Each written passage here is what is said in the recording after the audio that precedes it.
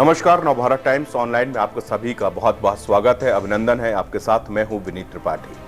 मध्य प्रदेश में सियासी हलचल है और वो बहुत तेज होती जा रही है।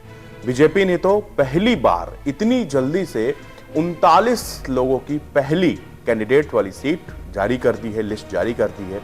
अब विपक्षियों में ये घमासान मचा हुआ है कि आखिरकार बीजेपी ने ऐसा क्यों किया, क्योंकि अक्सर सभी चुनाव में आप देखिए बीजेपी की जो लिस्ट होती थी कैंडिडेट्स की वो बहुत बाद में आती थी।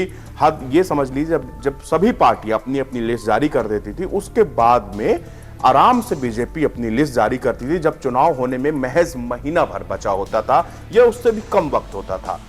लेकिन इस बार बीजेपी ने 39 कैंडिडेट की पहली लिस्ट जारी कर दी है। अब उसके साथ साथ उसने चुनावी बिगुल भी फूंक दिया है। मध्य प्रदेश हिंदुस्तान के नक्शे में देखा जाए तो बिल्कुल दिल जहां पे है वहां पर आता है और राजनीतिक सियासी मायने में ये राज्य बेहद अहम भी है और इस लिहाज से क्योंकि अगले साल लोकसभा चुनाव होने वाले हैं। 2024 लोकसभा चुनाव में बीजेपी हरगिज नहीं चाहेगी कि राजस्थान और मध्य प्रदेश में दोनों प्रदेशों में अगर कहीं भी हार होती है तो एक इसका नेगेटिव इंपैक्ट लोकसभा चुनाव में देखने को मिलेगा।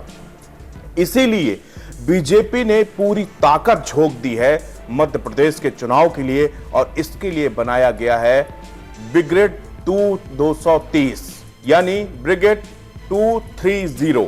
आखिरकार इस कोड वर्ड से विपक्षी परेशान है, हैरान है, वो सोच नहीं पा रहे कि बीजेपी ये क्या करने जा रही है।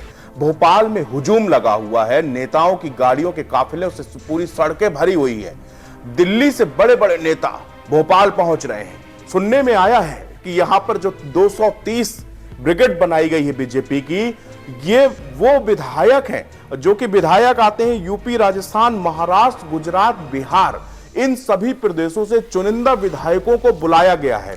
भोपाल में उनकी ट्रेनिंग चल रही है।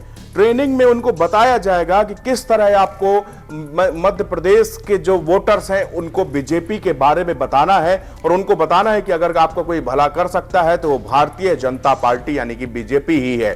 अब ये 230 विधायकों को ट्रेंड कौन कर रहा है, तो आपको बता दें जब भी चुनाव होते हैं तो भूपेंद्र यादव जो है वो बहुत अहम रोल बनाया जाता है और मध्य प्रदेश के चुनाव में भी उन्होंने अब अपना सारे तीर कमान निकाल के अब तैयारी कर ली है, बिल्कुल सियासी क्षेत्र की, रण क्षेत्र की।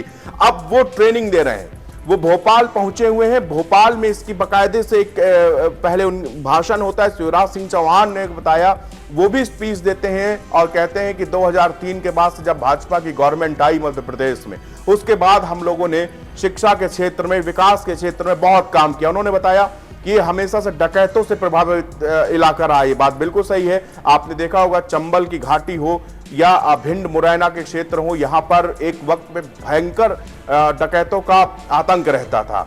उससे किसी तरह मुक्ति पिलाने में शिवराज ने कहा कि हम कामयाब हुए। हमने उन लोगों को ढूंढ ढूंढ के खोज कर या तो उनको हथियार डालने पर मजबूर कर दिया या फिर उनको मार दिया गया। ये अब जो 230 विधायक हैं ये काम क्या करेंगे?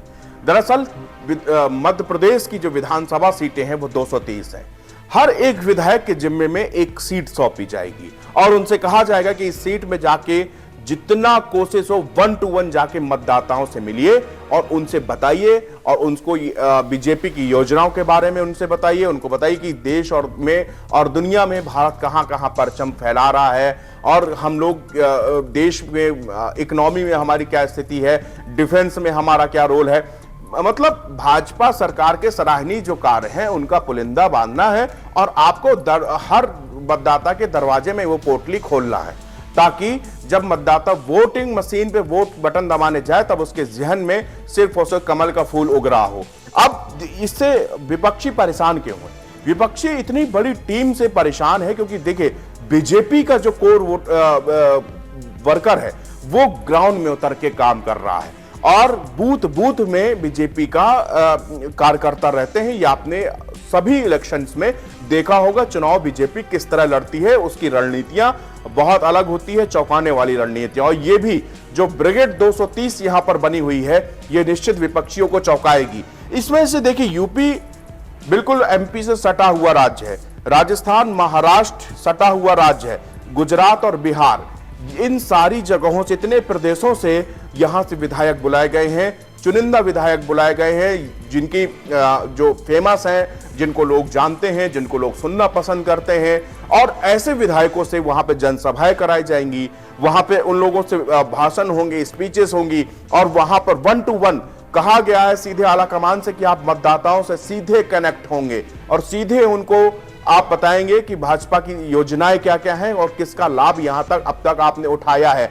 और देखिए, इसी के साथ राजस्थान में भी बीजेपी फुल फोकस से तैयारी कर रही है और 2024 के लिए ये दोनों राज्य सभी पार्टियों के लिए अहम बने हुए हैं। वो चाहे विपक्षी पार्टियों का इंडिया नाम का गठबंधन हो और वो चाहे बीजेपी हो, दोनों के लिए नाक का सवाल है और दोनों के लिए 2024 के पहले ये बड़ा सेमीफाइनल मुकाबला है। इसको हरगिज दोनों पक्ष चाह रहे हैं कि जीता जाए, ताकि एक वोटर्स के बीच में एक ऐसा माहौल जाए कि हमारी हवा है, हमारी जो अगर बीजेपी जीतती है तो बताएगी कि देखिए हमने 5 साल यहां पर काम किया और हम दोबारा से सत्ता पे आए हैं, अगले साल चुनाव है। इसका बहुत बड़ा इंपैक्ट पड़ता है, क्योंकि बीजेपी इससे पहले कर्नाटक और हिमाचल हार चुकी है। उस हार के कारण कांग्रेस के हौसले तो मजबूत हैं, लेकिन बीजेपी अब कहीं से कोई कसर यहां पर छोड़ती हुई नजर नहीं आ रही। फिलहाल इस बुलेटिन में इतना ही। देश और दुनिया की तमाम खबरें देखने के लिए बने रहिए नवभारत टाइम्स ऑनलाइन के साथ।